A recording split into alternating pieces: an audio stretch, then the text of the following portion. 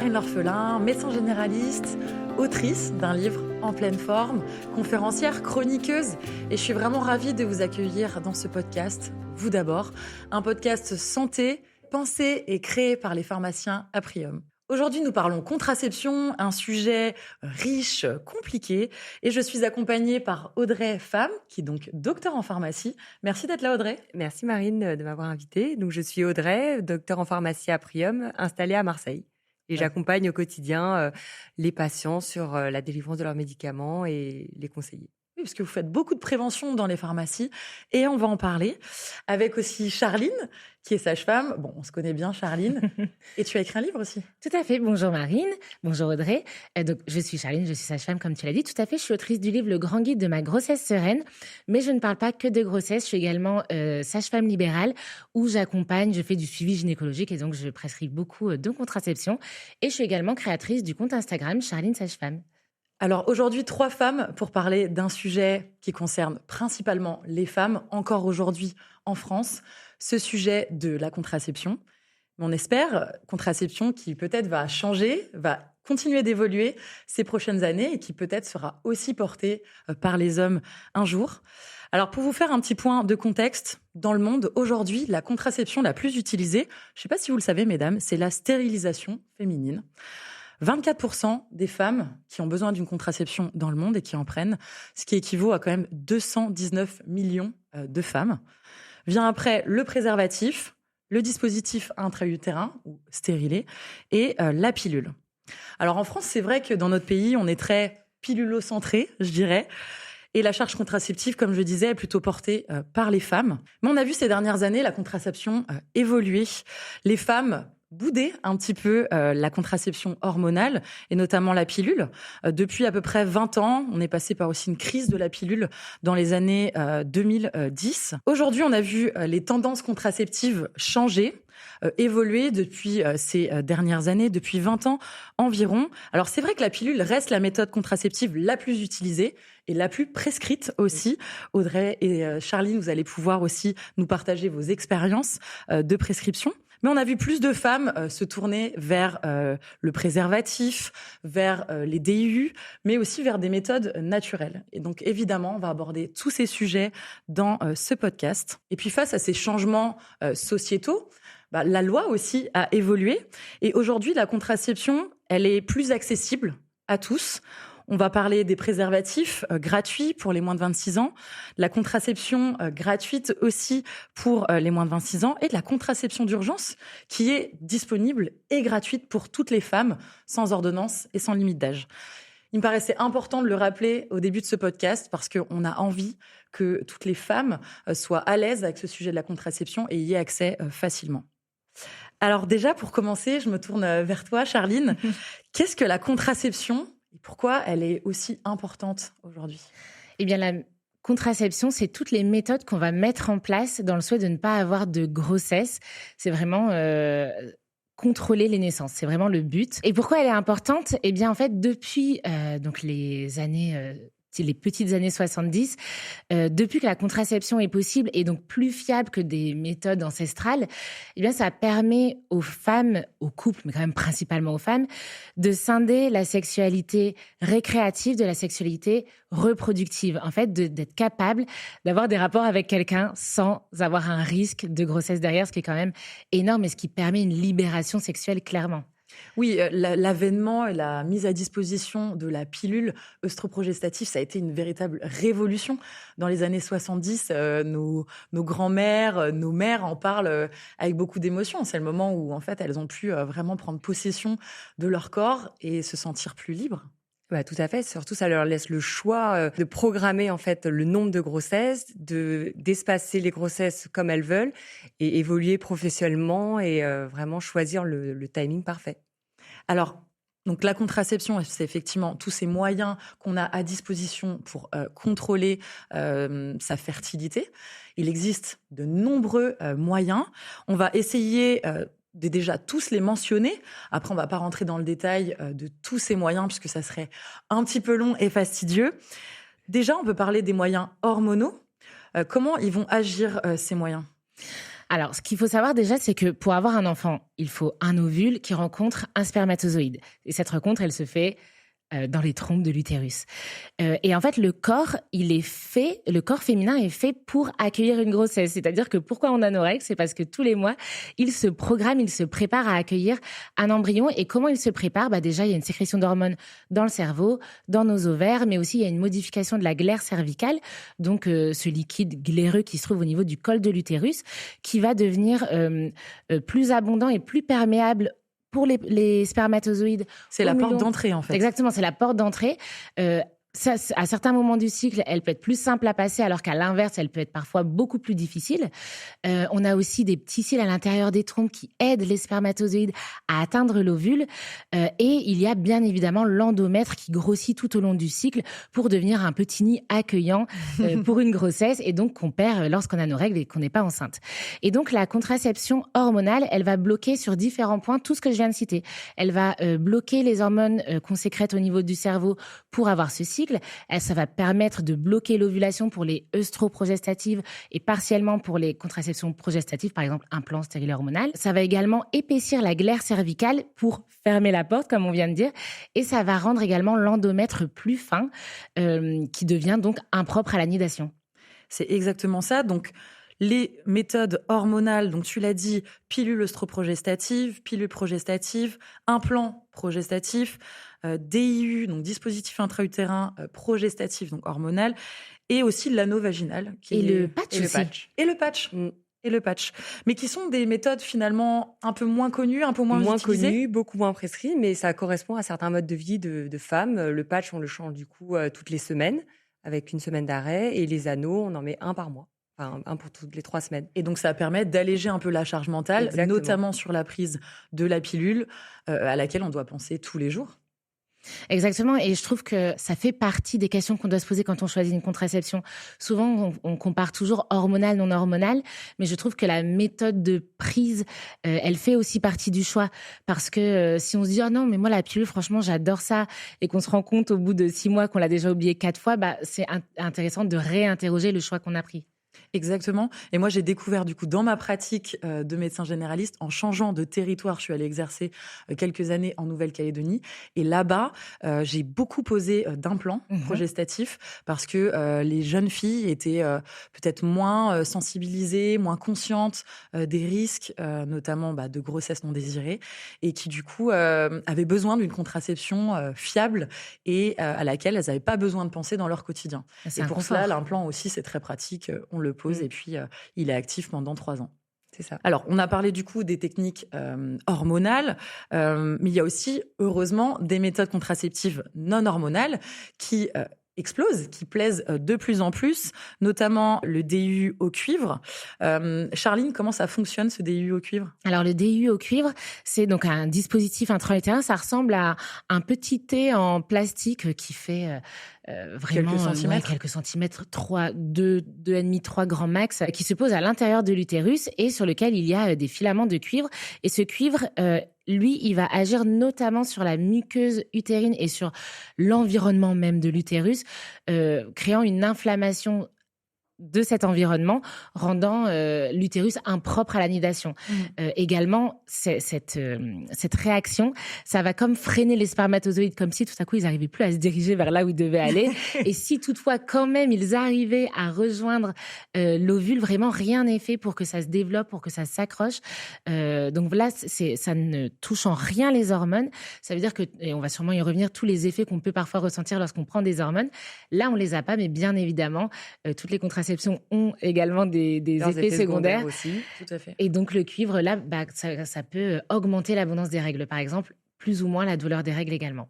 Et j'en profite tout de suite pour déconstruire cette idée reçue qui perdure encore aujourd'hui, mais on s'y attache à la déconstruire, celle qu'on ne peut pas poser de DU /stérilet à des jeunes femmes qui n'ont pas eu d'enfants. On peut tout à fait poser des DIU à des jeunes femmes. Ça peut être même une première contraception, que ce soit un DIU au cuivre ou un DIU hormonal. Ils sont adaptés, donc avec des tailles un petit peu inférieures ou à certains autres dispositifs qu'on pourrait poser après la grossesse.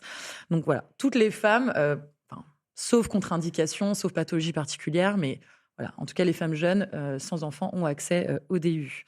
Dans les méthodes non hormonales, on a aussi les préservatifs, évidemment. Masculin comme féminin. Merci.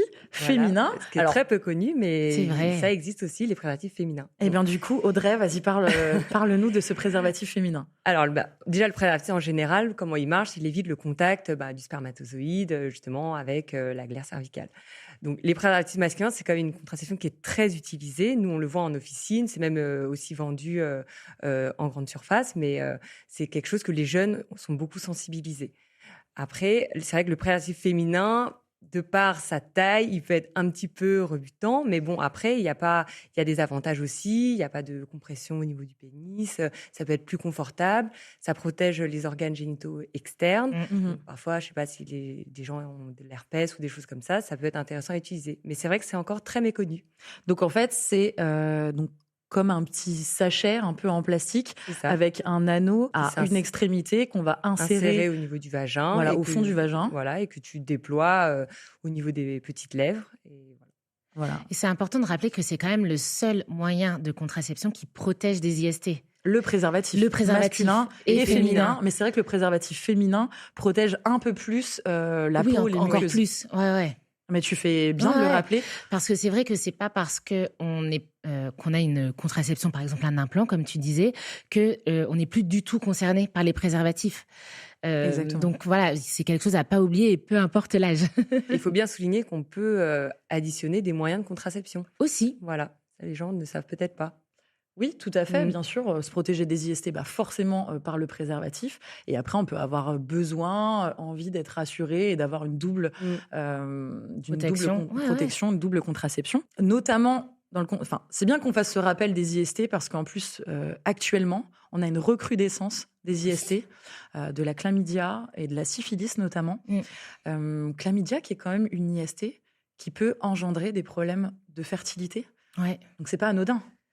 Non, et en plus, ça se traite tellement facilement, ça se dépiste hyper facilement, vraiment pour les deux parties des personnes qui souhaitent avoir des rapports, que ce soit un prélèvement vaginal ou une analyse d'urine, ça se dépiste super vite. Le chlamydia, c'est souvent juste une prise d'un médicament en une seule fois. On contrôle que c'est bien parti. En fait, c'est trop bête d'avoir... souvent, les personnes qui vont pas se faire diagnostiquer, c'est par peur du résultat. Et c'est toujours pareil. En fait, quand on le sait, on peut traiter. Donc vraiment, il y a rien de... En fait, le but de la contraception, c'est d'avoir une sexualité récréative. Et il y a rien de mieux que la sécurité pour vraiment pouvoir être dans le plaisir et dans la récréation. Donc, il y a rien de plus, j'allais dire même excitant, et de pouvoir le faire en confiance avec l'autre aussi. Exactement, ça. Quand même de connaître son statut vis-à-vis des IST, ça permet effectivement de les traiter précocement, de limiter l'apparition des complications, mais aussi d'enlever un peu cette épée de Damoclès au-dessus de sa tête et d'être complètement serein dans sa sexualité. Important aussi d'en parler, la contraception définitive, ligature des trompes chez les femmes et vasectomie chez les hommes, d'autant plus que ça plaît de plus en plus. C'est vrai que c'est une très bonne solution quand on n'a pas envie d'avoir des enfants ou quand on a déjà eu et qu'on veut que l'homme voudrait aussi porter la charge contraceptive du couple. Dans les années 2010, on était à 2000 vasectomies en France. En 2021, 23 000. Donc on voit bien que cette méthode a de plus en plus, plaît de plus en plus, notamment par plus de sensibilisation, une meilleure information donnée au couple. Oui, c'est fou comme on est un peu en retard quand même sur ce sujet en France. C'est génial de voir l'évolution des mentalités, alors que ça fait déjà des années que dans des pays notamment anglo-saxons, on retrouve des taux de 15 à 20% des hommes en âge de procréer qui choisissent ce moyen de contraception. C'est fou comme nous, on a un petit train de retard, mais effectivement, plus d'informations, plus de sensibilisation. Il y a encore beaucoup d'idées reçues, beaucoup de craintes. Notamment autour de la libido. Exactement. Et de l'éjaculation. Exactement. Du coup, si je peux en dire un mot, c'est vraiment une contraception mécanique, c'est-à-dire que les spermatozoïdes sont fabriqués à un endroit particulier dans les bourses et elles doivent passer par un canal, enfin des canaux du coup vu qu'il y en a deux, les canaux déférents pour ensuite rejoindre l'endroit où elles seront mélangées aux liquides qui vont permettre ensuite d'avoir une éjaculation avec et du liquide et des petits poissons.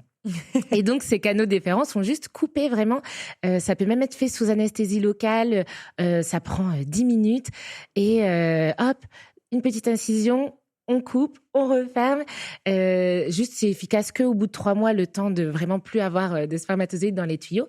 Mais comme c'est mécanique, ça ne change rien. La majorité de l'éjaculat, c'est pas des spermatozoïdes. Donc, le volume reste le même. Le volume reste le même, l'aspect visuel reste le même. Ça ne touche pas donc à la libido, ça ne touche pas à la vigueur tant attendue. Non, vraiment, c'est juste une mare sans les petits poissons. Tout le reste est identique. Complètement, c'est hyper important de le rappeler. La ligature des trompes, elle est encore peu pratiquée dans notre pays. Certains médecins, gynéco-chirurgiens ne souhaitent pas la pratiquer, ils sont dans leurs droits, mais c'est vrai que parfois on manque d'accessibilité à ce geste. Est-ce que tu as déjà été confrontée à des patientes dans ce cas ? J'entends souvent ces témoignages. Ce qui est important à dire, c'est que parfois on entend que les méthodes définitives, vasectomie, ligature des trompes, peuvent être réversibles, mais c'est vraiment important de les prendre comme des contraceptions définitives. Et donc certains professionnels de santé ont peur ou ne veulent pas assumer ce geste. Et on peut l'entendre, mais par contre, en tant que professionnel de santé, on est déjà premièrement obligé d'en informer la personne qui vient nous consulter dès le début, pour pas lui faire perdre du temps, et normalement la réorienter. Et c'est ça qui n'est pas fait. Légalement parlant, ces 2 méthodes de contraception définitive sont autorisées à partir de 18 ans. Il n'y a pas dans la loi noté il faut avoir 3 enfants et avoir plus de 35 ans. En fait, le but clairement, c'est de pas faire des ligatures des trompes chez des femmes préménopausées. C'est ridicule d'attendre que la femme ait 45 ans pour le faire. Alors c'est pas inutile, mais c'est souvent plutôt des personnes qui ont vraiment envie de s'enlever cette charge contraceptive et en fait de prendre pleinement possession de leur corps, c'est quand même pas rien en tant que femme de se dire là c'est sûr que je ne veux pas ou je ne veux plus d'enfants. Aucun moyen de contraception ne me convient et je dois encore y penser. On sent qu'on perd le contrôle. Ouais, il faut absolument qu'on arrive à mieux informer les femmes, les professionnels de santé et que le débat soit complètement ouvert sur ce sujet et qu'on donne un peu plus accès aux femmes à ce moyen-là. Pour revenir quand même sur le moyen de contraception le plus utilisé encore aujourd'hui en France, la pilule, qu'elle soit œstroprogestative ou progestative. Est-ce que Audrey, tu as beaucoup de questions sur cette pilule au comptoir de la pharmacie ? Oui. Je pense qu'il y a une petite crainte quand même sur les hormones. On sent que les jeunes, les femmes, je pense qu'avec tous les scandales qu'il y a eu au niveau pharmaceutique, la confiance envers certains médicaments, on crée cette appréhension. Donc oui, c'est vrai que les hormones, on a des questions, plus ou moins fondées, mais est-ce que la pilule va m'entraîner des cancers ? J'ai entendu qu'il y avait des risques thromboemboliques. Est-ce que je vais faire une phlébite ? Est-ce que à terme elle est abortive ? Est-ce que je vais devenir stérile ? Ça, c'est des questions qu'on a au quotidien. Et c'est les questions qu'on va aborder tout de suite. On va rentrer dans le vif du sujet. Alors, donc c'est vrai qu'il y a de plus en plus de craintes et de questionnements sur les effets indésirables de ces pilules liées aux hormones qu'elles contiennent. Alors, oui, il y a des effets indésirables, mais déjà, on va rappeler que la base, c'est la bonne prescription. Ah oui. Donc, c'est prescrire la bonne pilule avec les bonnes hormones à la bonne patiente. Oui, c'est important de rappeler qu'on ne peut pas obtenir une pilule sans la prescription d'un professionnel de santé, donc que ce soit un médecin généraliste, un gynécologue ou une sage-femme. Je le verbalise, même si je suis là pour les personnes qui se posent la question. On peut faire son suivi gynécologique chez les sages-femmes. Elles peuvent également prescrire des contraceptifs. Si toutefois vous ne trouvez pas, par exemple, de gynécologue autour de chez vous, c'est important d'avoir un suivi gynécologique. Et donc, on a un interrogatoire, parfois même des examens à prescrire pour être sûr qu'il n'y ait pas de contre-indication médicale à la pilule. Évidemment, comme tout médicament, et pas uniquement les pilules contraceptives, il y a toujours des risques. Les notices sont toujours extrêmement longues. C'est sûr qu'on peut également se dire, se questionner. C'est des pilules qui ont été pour la plupart créées il y a des années et des années. Et quand on voit aujourd'hui que ça ne se développe toujours pas la pilule contraceptive masculine, c'est normal aussi qu'il y ait de la colère en se disant attendez, on n'a pas de pilule contraceptive masculine par peur d'une baisse de libido de leur côté et vous êtes en train de me dire que c'est potentiellement un risque de mon côté. Donc, bien évidemment que c'est important et ce serait faux de ne pas remettre en question certaines choses. Mais en tout cas, d'un point de vue santé, sécurité surtout, c'est une prescription médicale et c'est notre devoir en tant que professionnel de santé aussi d'informer les patientes des risques. Et d'ailleurs, on s'en rend compte au plus une patiente est consciente des avantages, des risques, des effets secondaires et qu'on pose tout ça dans une balance, au plus elle est susceptible d'apprécier sa contraception, de la maintenir longtemps et donc d'éviter les arrêts presque inopinés et donc les risques de grossesse non désirée. Donc vraiment, cette information, c'est notre devoir en tant que professionnel de santé. Exactement. Donc la contraception, elle est presque individualisé. On fait vraiment un bilan donc des antécédents personnels, familiaux, un bilan de santé aussi. Il y a un examen clinique qui est fait et on pèse le pour, le contre. En médecine, c'est ce qu'on appelle la balance bénéfice-risque. Et donc, pour chaque personne, cette balance, elle est plutôt favorable parfois vers les hormones ou elle est plutôt défavorable ou alors à certains moments de la vie aussi, la contraception peut changer. On peut avoir des envies différentes, un état de santé qui évolue et donc des contre-indications qui apparaissent. Et donc, une contraception, à un temps donné, peut être la meilleure, la plus adaptée. Et puis après, elle peut devoir changer en fonction de nos envies et de la nécessité clinique parfois.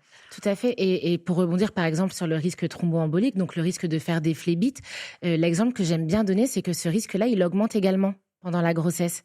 Il augmente même plus pendant une grossesse que lors d'une prise de pilule. C'est juste que la pilule, il y a des alternatives si les personnes sont contre-indiquées. Les personnes qui ont des risques de phlébite, elles sont surveillées de très près pendant la grossesse. Mais c'est vraiment pour dire que il y a des choix de vie qui comportent des risques qu'on accepte. Le tout, c'est juste de les connaître et de faire le suivi adapté. Alors, pour être plus explicite sur les effets indésirables, donc ce risque thromboembolique, donc le risque de faire des petits caillots dans les veines, un risque aussi vasculaire, avec une augmentation du risque d'AVC dans certains cas, une baisse de libido, ça arrive, oui, avec certaines pilules, de ressentir ça, des troubles de l'humeur aussi. Il y a beaucoup de craintes aussi sur la prise de poids. Les jeunes filles aussi, c'est toujours, est-ce que je vais prendre du poids ? Bon, après, il y a les risques, mais il faut aussi redire les bénéfices de la pilule quand même œstrogestative. Exactement. Ça peut diminuer quand même le syndrome prémenstruel chez certaines jeunes filles. Nous, on voit beaucoup de jeunes filles qui ont des prescriptions de pilules, pas forcément pour la contraception. Elles ont des fois 15-16 ans, elles n'ont pas de vie sexuelle, mais elles prennent déjà la contraception pour améliorer leur quotidien chaque mois. Donc les douleurs de règles, l'abondance des règles. Et surtout, on peut aussi rythmer ses règles, c'est-à-dire qu'on peut enchaîner des plaquettes et éviter des règles lors d'événements où ça ne serait pas adapté. Donc il faut aussi rappeler les bénéfices à chaque fois. Ouais, c'est vrai qu'aujourd'hui, on a l'impression de dire un gros mot quand on dit les bénéfices de la pilule. Et je veux pas qu'on pense, là, en nous entendant, qu'on porte bien haut et fort l'étendard de la pilule. C'est pas ça, c'est vraiment, comme tu disais, Marine, c'est un choix personnalisé. Et il y a la campagne de prévention sur la contraception en 2013, de souvenir, disait la meilleure contraception, c'est celle qu'on choisit. Et c'est tout à fait ça. Si ce choix a été fait après une information complète, alors elle permet un choix éclairé. Et c'est à nous, professionnels, de se dire, vous avez des règles douloureuses, voici les méthodes que je peux vous proposer. Est-ce que vous souhaitez les tester ? Est-ce qu'elles ont fonctionné ou pas ? Est-ce que vous préférez la pilule ? Voici les risques. Enfin voilà, ne pointons pas du doigt tous les professionnels de santé qui prescrivent des pilules. Promis, il y a plein de discussions très riches qui sont faites avec des patientes qui parfois n'osent même pas dire aujourd'hui qu'elles prennent la pilule parce que, oh mon Dieu, c'est pas naturel. Et en fait, ça améliore énormément, comme tu le dis, Audrey, le confort de vie de certaines personnes. Et pour encore une fois, déconstruire ces idées reçues, puisque ça me tient à cœur et je sais que ça vous tient à cœur aussi. Disons-le, la pilule ne rend pas stérile. Voilà. C'est important de le dire. Ne joue pas sur la fertilité. Elle peut revenir très vite, la fertilité, à l'arrêt de la pilule. C'est ça qu'il faut faire attention. Et c'est d'ailleurs parfois même pendant la pilule. Parfois même un oubli d'un seul comprimé, voilà. donc la preuve en est. Donc voilà, elle n'atténue pas la fertilité, même quand on l'a prise pendant Des années. de nombreuses années. On peut avoir un cycle menstruel qui revient très vite, efficace, avec une grossesse. Tu le mentionnais justement, Charline, les oublis de pilules, c'est quand même quelque chose d'assez courant, classique. Mais il y a aussi certaines situations qui diminuent l'action de la pilule. Et ça, peut-être, on le connaît un petit peu moins. Certaines actions qui diminuent l'effet de la pilule, comme par exemple lorsqu'on a des vomissements. Exactement. Ou des diarrhées importantes. Exactement. Effectivement, comme c'est un comprimé qu'on prend par voie orale, le temps qu'il se dissout, qu'il passe dans notre sang et qu'il soit efficace, si on a, comme tu le dis Audrey, des diarrhées importantes, répétées, ou si on vomit dans les 4 heures qui suivent la prise du comprimé. La petite gastro inattendue. Exactement, c'était pas prévu. Et bien dans ce cas-là, le comprimé n'a pas eu le temps de passer dans la voie sanguine et donc c'est comme si on ne l'avait pas pris et c'est important d'en reprendre un, de pas se dire c'est bon, je suis protégée. Ça, effectivement, c'est pas toujours su et c'est hyper important parce que c'est pas toujours considéré comme un oubli. Exactement. Justement. Autre piège qui peut arriver, celui des interactions médicamenteuses. Oui. Une femme prend une pilule œstroprogestative ou progestative, elle se voit prescrire un autre médicament pour une autre raison, une maladie temporaire ou chronique, et ces médicaments altèrent l'efficacité de la pilule. Oui. Vous avez certains médicaments en fait qui peuvent diminuer l'efficacité du contraceptif. Donc nous, on est vigilants dessus, bien sûr les prescripteurs aussi. Mais par exemple, après des grandes classes thérapeutiques comme certains antiépileptiques, certains antibiotiques, mais très spécifiques, peuvent induire une inefficacité de la contraception. Donc ça, on fait attention. Mais au-delà des médicaments, il y a aussi certains compléments alimentaires. Donc par exemple, il peut arriver que, je sais pas, une jeune femme qui vient à l'officine, je sais pas, elle a un état un peu de stress émotionnel, elle est un peu déprimée. Elle se dit, je vais prendre une boîte avec des plantes. Elle se méfie pas. Elle vient, on voit que c'est une plante à base de millepertuis, qui est une plante qui a beaucoup d'interactions médicamenteuses. On parle avec elle par rapport à sa contraception et il y a une contre-indication. On n'y pense pas forcément à ces compléments alimentaires, Oui. mais c'est une forme d'automédication. C'est quand même, ils contiennent des principes actifs, souvent à base de plantes, qui ont des effets plus ou moins forts, mais en tout cas qui peuvent interagir avec les médicaments. Même quelqu'un qui va prendre du charbon à haute dose de façon prolongée, mine de rien, c'est une matrice qui peut absorber les molécules chimiques et diminuer aussi l'efficacité. Merci pour ce rappel très important. Donc, comment on réagit face à un oubli de pilule ? Alors, ce qui est important de rappeler, c'est que pour qu'une pilule soit efficace, il est important de la prendre à heure fixe tous les jours, selon les plaquettes, que ce soit pendant 21 jours, 28 jours. Et c'est ça qui va la rendre efficace. Selon les pilules, on tolère un oubli de 3 heures, mais pour la plupart, c'est un oubli de 12 heures. Donc, c'est plutôt large. Ne vous dites pas, ça va, je m'en fous, je mets pas mon réveil. Non, on met quand même son réveil. Quand on a un oubli de moins de 12 heures, je vais prendre cet exemple, c'est plus simple, pas celui de 3 heures. Dans ces cas-là, on prend le comprimé oublié. On est toujours protégé, il n'y a rien de plus à faire. Vraiment, on prend le comprimé oublié lorsqu'on se rend compte qu'on l'a oublié et on ne décale pas les comprimés suivants. Ça peut vouloir dire prendre 2 comprimés la même journée. Et c'est ce que j'allais dire tout à fait. Par contre, quand on oublie plus de 12 heures, dans ces cas-là, toujours, on prend le comprimé oublié quand on se rend compte qu'on l'a oublié. Si je devais la prendre à 20h, que je me rends compte à midi le lendemain que je ne l'ai pas prise, je la prends. Et si je me rends compte à 20h le lendemain, donc au moment de prendre ma pilule, normalement du lendemain, je prends donc 2 comprimés. Vraiment, je dois jamais... je prends le comprimé oublié au moment où je m'en rends compte et je prends le comprimé suivant au moment où je devais le prendre. Donc parfois, ça fait 2 en même temps. Et autre chose qu'on ne sait pas toujours, c'est que si on a un oubli de plus de 12 heures, oui, on prend le comprimé oublié. Mais du coup, qu'est-ce que ça veut dire ?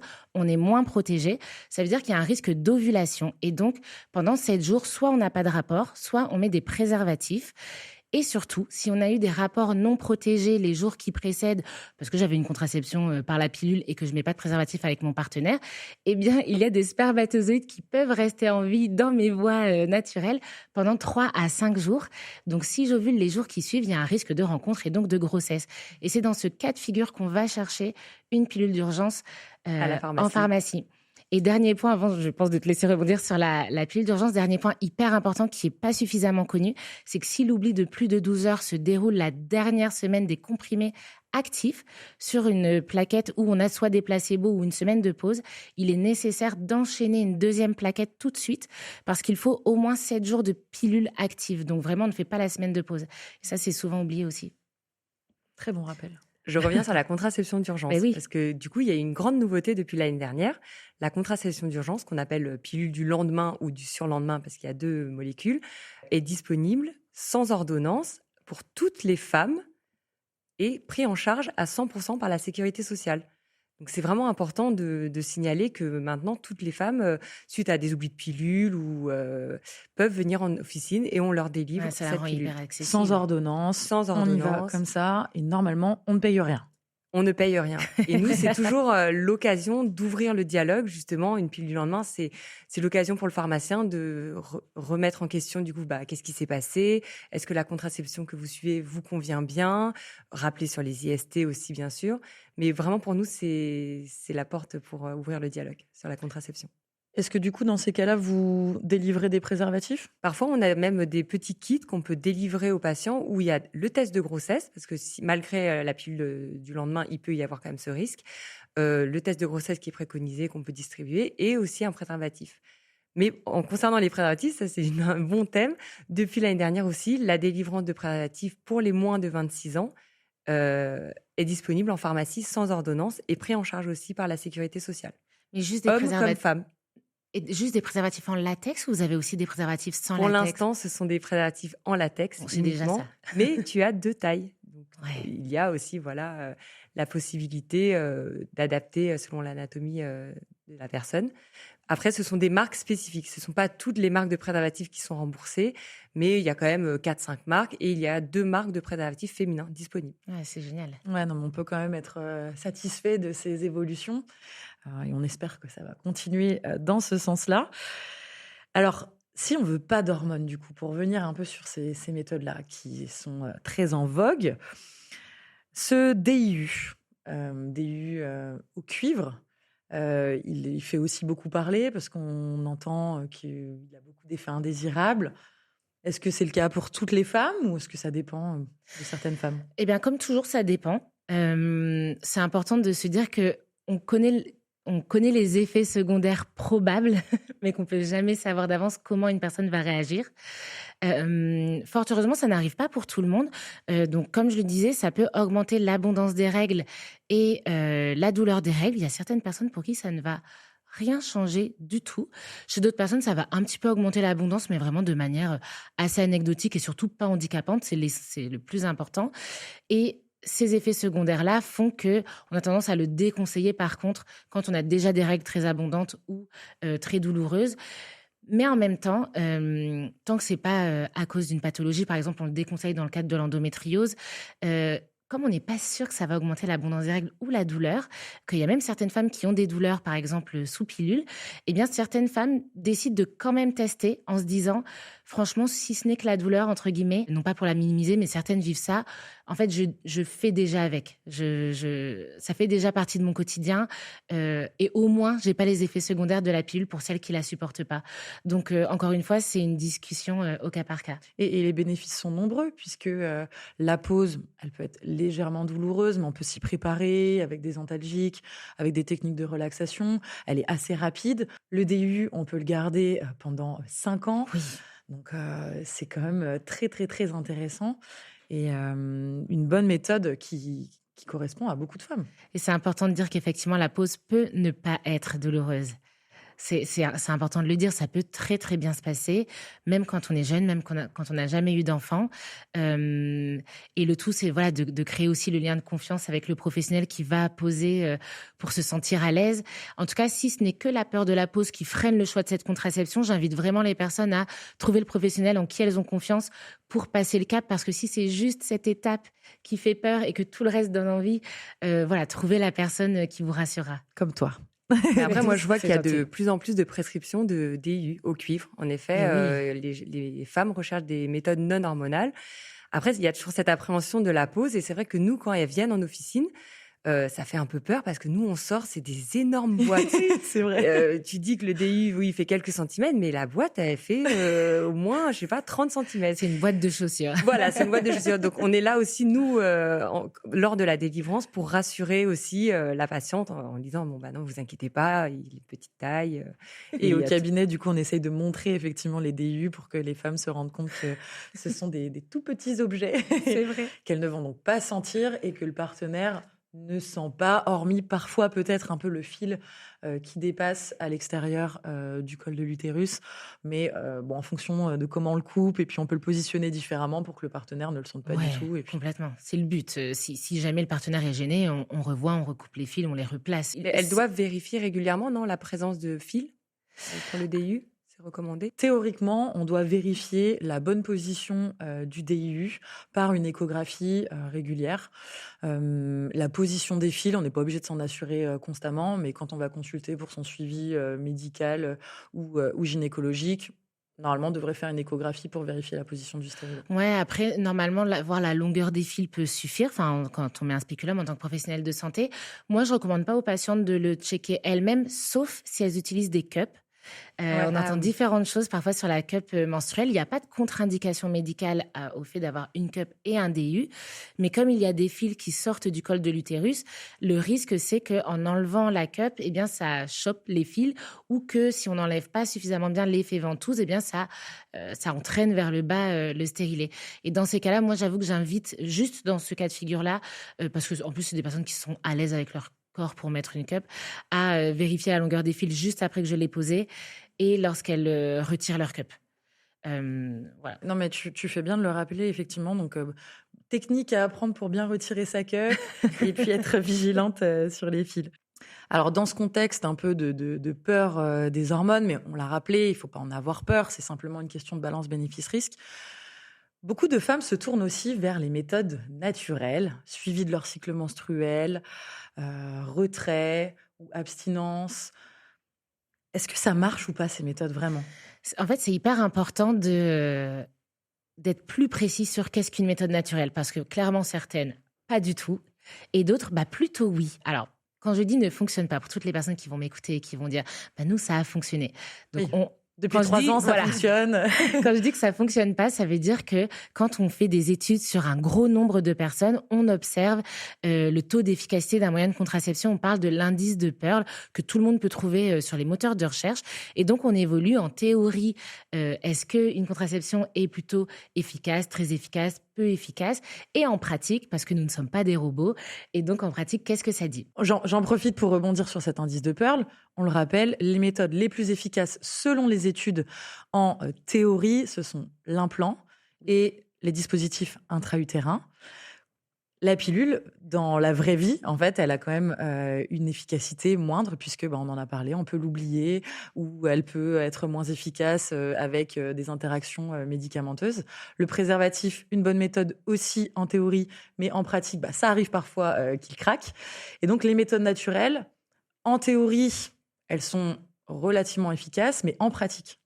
Eh bien, en pratique, par exemple, la méthode du retrait, qui n'est même pas considérée comme une contraception pour beaucoup, donc on parle aussi de coït interrompu, ça vraiment, on la déconseille. Il peut y avoir des spermatozoïdes dans le liquide préséminal, donc vraiment... Avant l'éjaculation. Donc avant l'éjaculation. Donc j'allais dire, après, c'est toujours une histoire de contexte. Si vous venez d'avoir un enfant il y a 1 an et que vous vous dites, si une grossesse arrive et que c'est pas grave, mais juste... on aimerait que ça n'arrive pas. Dans ces cas-là, c'est très bien pour vous. Mais en tout cas, il faut se dire, et qu'est-ce qui se passe si une grossesse arrive? Voilà, que ce soit pas un drame pour le couple. La méthode du calendrier, donc le fait de se dire qu'on ovule au 14e jour, ça ne fonctionne pas non plus parce que ça prend pas du tout en compte le fait que nous ne sommes toujours pas des robots et qu'on peut avoir des cycles irréguliers. Mais surtout, on peut pas savoir si on ovule au 14e jour. Certaines personnes ont des cycles de 24 jours, d'autres de 35 jours. Et l'ovulation est impactée par... différents facteurs de notre vie. Ça peut être notre niveau de stress, de fatigue. Exactement. Et donc, toutes ces méthodes, j'allais dire un peu figées, on ne les recommande pas. Mais de plus en plus, on parle des méthodes d'observation du cycle. On peut lire aussi sur Internet MOC, donc méthode d'observation du cycle, et dans lesquelles on met l'asymptothermie et la méthode Billings, Et là, tout à coup, on entre sur des méthodes beaucoup plus efficaces qui peuvent avoir l'efficacité d'une pilule contraceptive. La symptothermie et la méthode Billing, c'est des méthodes basées, donc comme leur nom l'indique, sur l'observation du cycle, c'est-à-dire sur les changements de notre corps. Donc même si on a un cycle irrégulier, notre corps nous dit quand on ovule. On le disait tout à l'heure, par exemple, la glaire cervicale, elle devient plus abondante, plus élastique lorsqu'on approche de l'ovulation. Et donc, on peut se baser sur qu'est-ce que notre corps nous dit. Et la symptothermie, c'est j'observe et la glaire et la température pour thermie. Il faut vraiment un thermomètre avec 2 chiffres après la virgule et on observe que la température est légèrement plus basse lors de la première partie du cycle et au moment de l'ovulation, ça monte un palier pour être légèrement plus haute sur la deuxième partie du cycle. Et donc, ce qui permet de contrôler soit d'ajouter un préservatif, par exemple, pendant la période fertile, ou de ne pas avoir de rapport pendant ce moment-là, et d'avoir des rapports non protégés dans les périodes non fertiles. La méthode Billing, c'est juste l'observation de la glaire. Donc, c'est des méthodes... Moi, j'invite les personnes qui ont envie de se pencher vers ces méthodes de vraiment se faire accompagner. On trouve plein d'informations dans les livres, mais c'est chouette de pouvoir être suivi pendant 3-4 mois, voire 6 mois, pour apprendre son corps, garder par exemple son stérilet au cuivre ou des préservatifs pour être sans hormones pour le coup, protéger, voir si on se sent à l'aise et quand on se sent à l'aise, alors là, eh bien, on peut faire confiance à notre corps. Donc ces méthodes nécessitent un peu de patience, un peu d'éducation. Mais ça d'être se vraiment développe à de l'écoute, plus en plus. de ces sensations. Parce que maintenant, il y a aussi beaucoup d'applications qui accompagnent ce genre de méthode de plus en plus en vogue. Et c'est ce qu'on appelle un peu tout ce qui est femtech. C'est vraiment la technologie qui accompagne les femmes. Et je précise quand même qu'il faut faire attention parce que ce sont des applications qui sont gratuites. Donc les jeunes, elles aiment bien, elles ont l'impression qu'elles maîtrisent leur cycle. Mais elles rendent beaucoup de données personnelles très intimes, comme tu dis, l'aspect de la glaire cervicale, les dates des règles, les rapports, leur libido. Et en fait, ces femmes rentrent toutes ces données très sensibles dans des applications et on ne sait pas où vont ces données. Mais c'est vrai que c'est de plus en plus utilisé par les jeunes. L'INSERM s'était penché justement sur cette question de l'efficacité des applications. Ils avaient étudié, je crois, plusieurs dizaines d'applications et il y en avait seulement 20% qui étaient considérées comme fiables, comme suffisamment préventives, donc qui donnaient un peu de l'information aussi pratique aux utilisatrices de l'application. Et voilà, 20% suffisamment fiables. Donc, une application qui consiste seulement à rentrer ses dates de règles et qui te dit tel jour tu ovules, on est d'accord, on ne fait pas confiance. Moi, je ne le conseille pas du tout. Bon, bah, comme ça, c'est clair. Donc, si vous êtes intéressé par ces méthodes naturelles, pourquoi pas, on l'a dit, mais faites-vous accompagner, renseignez-vous auprès des professionnels de santé et faites ça voilà, progressivement. Apprenez à être à l'écoute de votre corps. Parlez-en évidemment dans le couple aussi pour que ce soit très transparent, facile. Et puis, ne prenez pas trop de risques tout de suite, en fait. Allez-y vraiment progressivement. Alors justement, Charline, Audrey, quand on veut changer de moyen de contraception, est-ce qu'il y a des choses à faire et à ne pas faire ? Premièrement, parler à un professionnel de santé. C'est une période à risque quand même. Ces Exactement. périodes de changement de contraception, c'est quand même des périodes dans lesquelles on peut faire des petites bêtises, entre guillemets, pas savoir comment faire. Tout à et fait. donc être à risque d'une grossesse non désirée. Parce qu'on ne sait pas toujours quand on arrête une contraception, elle est efficace pendant combien de temps après l'arrêt. Et donc, parfois, on se dit, de toute façon, je vais changer. Donc, si je l'arrête là, j'ai rendez-vous dans 5 jours, ça va prendre le relais. Eh bien, pas toujours. Vraiment, je ne vais pas détailler combien de temps pour chaque changement, sinon ça va prendre trop de temps. Mais en tout cas, nous, en tant que professionnels de santé, on a des tableaux qui nous disent très clairement si la contraception numéro 1, c'était par exemple la pilule et que tu veux passer à l'implant, est-ce que si tu changes du jour au lendemain, ça prend le relais? Et en fait, il y a beaucoup de relais qui ne sont pas immédiats, mais qui demandent 7 jours de protection. Et donc ça, c'est des choses qui se font. Parfois même, pour les personnes peut-être plus à risque, on peut même parfois faire chevaucher des contraceptions. Par exemple, tu as un stérilet au cuivre et puis tu as envie de passer à l'implant. Et si tu veux, on le pose, on le laisse en place 7 jours et puis ensuite on enlève le stérilet au cuivre, par exemple. C'est des choses qui peuvent se faire. Mais voilà, le tout, c'est vraiment d'en discuter, de se dire, c'est souvent 7 jours. Voilà, c'est simple à retenir. C'est comme ce que j'avais dit tout à l'heure sur l'oubli de pilule. C'est souvent 7 jours non protégés, donc où il faut soit ne pas avoir de rapport à risque de grossesse, soit se protéger par les préservatifs. Il y a aussi une information qui est importante à donner, c'est dans l'arrêt de la pilule œstroprogestative.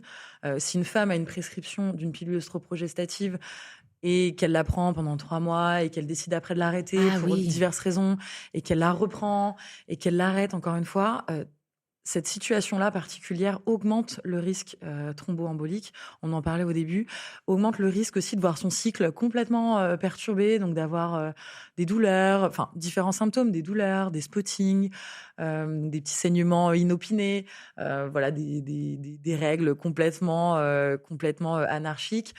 Donc c'est important aussi, même quand on a une prescription de pilule, qu'on sait que cette pilule, elle nous convient, de pas non plus toujours la débuter, l'arrêter, ou alors si vraiment vous avez besoin de changer, de se faire accompagner dans ces périodes-là. Et ça demande de la patience aussi, les changements de contraception, parce qu'il y a un petit temps d'adaptation pour le corps. Donc parfois, on découvre des symptômes qui ne sont que passagers, qui ne sont que dus à un changement hormonal, soit une hormone qu'on arrête, soit une hormone qu'on démarre. Et souvent, il est conseillé de se laisser au moins bien 3 mois, de laisser le corps s'adapter et de pas se dire oh là je vais l'arrêter parce que ça fait 2 mois que je l'ai et j'ai des petits saignements. Ah, évidemment, sauf si c'est handicapant. Dans ces cas-là, vraiment patience. On parlait par exemple de l'acné ou de la libido. Il y a des choses qui peuvent être juste transitoires et qui ne vont pas s'installer dans le temps. Donc, qui dit changement de contraception dit patience. Et c'est aussi pour ça que c'est important d'en discuter avec un professionnel de santé parce que parfois, c'est pas le bon moment pour changer de contraception. Je pense notamment à toutes ces personnes qui ont envie d'arrêter les hormones et qui sont sur le point de passer leur thèse. Et je leur dis, franchement, vous avez vraiment envie qu'on pose un DIU tout de suite? Est-ce qu'on n'en reparlerait pas après la thèse? Parce que je ne sais pas comment votre corps va réagir. Et parfois, on ne change pas une équipe qui gagne selon ce qu'on vit à côté. Tout à fait. C'est sûr pourquoi chambouler sa vie toujours dans des moments où on peut avoir d'autres facteurs de stress. Et donc, cette contraception aussi, donc, on l'a dit, elle est beaucoup portée par les femmes, mais la parole s'est quand même aussi beaucoup libérée justement sur le partage de la charge contraceptive au sein du couple. De plus en plus d'hommes sont sensibles au bien-être de leur compagne, qui ont envie de les aider et de les soutenir dans cette charge contraceptive. Alors, on en est où justement de la contraception masculine? Sauf préservatif, et qui évidemment... Pour l'instant, oui, préservatif masculin ou comme tu as dit, vasectomie. Mais c'est vrai que les travaux de recherche pour la contraception masculine, elle est là depuis plusieurs années. Mais elle est un peu en retard parce qu'il y a une moins bonne connaissance en fait de tout ce qui est production des spermatozoïdes et puis c'est plus compliqué de bloquer des millions de spermatozoïdes que 1 ou 2 ovules par cycle. Mais la recherche est là parce que l'envie est vraiment là. Donc là, les derniers axes de recherche vraiment sur la contraception masculine, on parlait de la pilule pour hommes. Donc c'est une contraception hormonale qui est en test mais qui n'est pas encore commercialisée. Elle est efficace. Mais il y a encore cette appréhension sur la libido, sur la virilité. Donc, il y a encore un peu cette appréhension. C'est quand même fou quoi, d'en arriver là. Alors, nous, on ne se pose pas trop la question, les femmes, mais les hommes. Donc, c'est pour ça que c'est un peu freiné. Ensuite, on parlait aussi éventuellement de vasectomie réversible. Il y a des études, il y a des gels qu'on pourrait injecter au niveau des canaux déférents et qui, suite à l'administration d'un solvant, pourrait rendre réversible cette contraception. C'est toujours à l'étude. Et sinon aussi, il y a des études pharmaceutiques sur des protéines qui agiraient sur la mobilité des spermatozoïdes, donc sans agir sûrement sur ces hormones qui sont en cours. Mais c'est vrai que l'administration de testostérone est encore compliquée parce que c'est très hépatotoxique, donc la voie orale, elle est encore très compliquée. Donc toxique pour le foie. Je fais une petite traduction. Toxique pour le foie. Oui. Non mais voilà, comme tout médicament, ça va prendre du temps à se développer. Il y a différentes phases dans les études cliniques et il pourrait y avoir quelques petits effets indésirables aussi. Mais là, encore une fois, on sera dans cette question de la balance bénéfice-risque pour une contraception efficace. Et sur les méthodes dont on a parlé aussi beaucoup dans les médias, slip chauffant. Alors, aujourd'hui, certains dispositifs ont été même retirés du marché, le temps de faire des tests davantage, notamment l'anneau. Alors souvent, on a envie de dire anneau contraceptif, ça porte à confusion, mais l'anneau qui est le même principe que le slip chauffant, qu'est-ce que c'est ce principe? C'est un anneau en silicone ou un anneau accroché finalement à des sangles qui font un slip. Et c'est exactement le même principe. Le but, c'est d'y insérer et la verge et la peau des testicules, de sorte à ce que les testicules elles-mêmes, vraiment, soient plus hautes dans le corps. En fait, le fait que ça pende, eh bien, c'est pour que la température des bourses soit plus faible, aux alentours de 35 degrés, alors que notre corps est à 37 degrés. Et le fait de les remonter et de les approcher de 37 degrés, ça freinerait la spermatogénèse, donc la production des spermatozoïdes. Et donc ça demande donc plus d'études. Là, aujourd'hui, c'est principalement des associations qui s'emparent de ce sujet. Il y a un médecin, à la limite, dans le sud de la France. Mais ce qu'il faut, c'est vraiment aussi un travail d'équipe et un suivi par un professionnel, parce que c'est important d'avoir notamment des spermogrammes régulièrement pour vérifier que ces dispositifs sont suffisamment efficaces. En tout cas, a priori, le fait de porter ce dispositif tous les jours, 15 heures d'affilée, eh bien, ça bloquerait la spermatogénèse au bout de 3 mois, vu qu'encore une fois, Oui, parce que il faut un 3 délai. mois pour produire un spermatozoïde. Enfin, C'est ça, il rentre dans dans le circuit. voilà, dans le circuit de production cellulaire, et donc il est émis au bout de 3 C'est mois. ça. Donc oui, il faut ce délai de 3 mois pour que la contraception soit totalement efficace et que dans le spermogramme, on n'ait plus de spermatozoïdes. Donc dans l'analyse du liquide, Exactement. on n'ait plus de spermatozoïdes. La charge contraceptive aussi partagée, c'est pas forcément prendre soi-même la contraception. Par exemple, dans les méthodes telles que la symptothermie, souvent les conjoints suivent aussi le parcours, le graphique qui peut très bien être noté par lui alors que c'est sa compagne qui prend sa température. Ça va être aussi, si c'est une contraception pas remboursée, eh bien se partager ces frais-là, parce que la contraception, elle est pour le couple. Ça va être aussi juste se soucier de l'autre, comprendre les effets indésirables. Je pense par exemple à certaines hormones qui peuvent entraîner de la sécheresse intime, d'être à l'écoute de ces choses-là. Et parfois, le partage, c'est des choses qui paraissent parfois tellement simples et bêtes qu'elles ne sont pas prises en charge, pas pensées. Et c'est ça aussi le partage.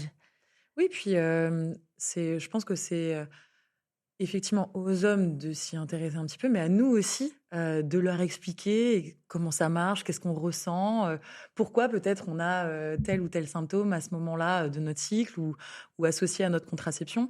D'avoir cette communication bilatérale, je dirais, vraiment d'un homme qui s'y intéresse, qui est curieux, mais aussi d'une femme qui est capable d'en parler Oui, parce que cette ouvertement. responsabilité, elle est partagée. C'est pas parce que c'est l'utérus qui va porter la grossesse que ça va pas avoir des impacts sur le couple s'il y a une grossesse non désirée. Ouais.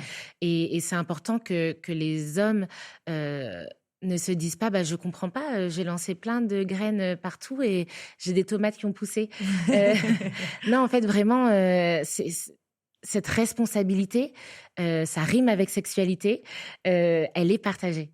Mais c'est hyper encourageant parce qu'il y a quand même 22% des hommes qui disent qu'ils seraient prêts à prendre cette contraception masculine, du coup, parce que bah, eux aussi, ils ont envie de pouvoir être peut-être sereins, de pouvoir voilà, partager cette charge.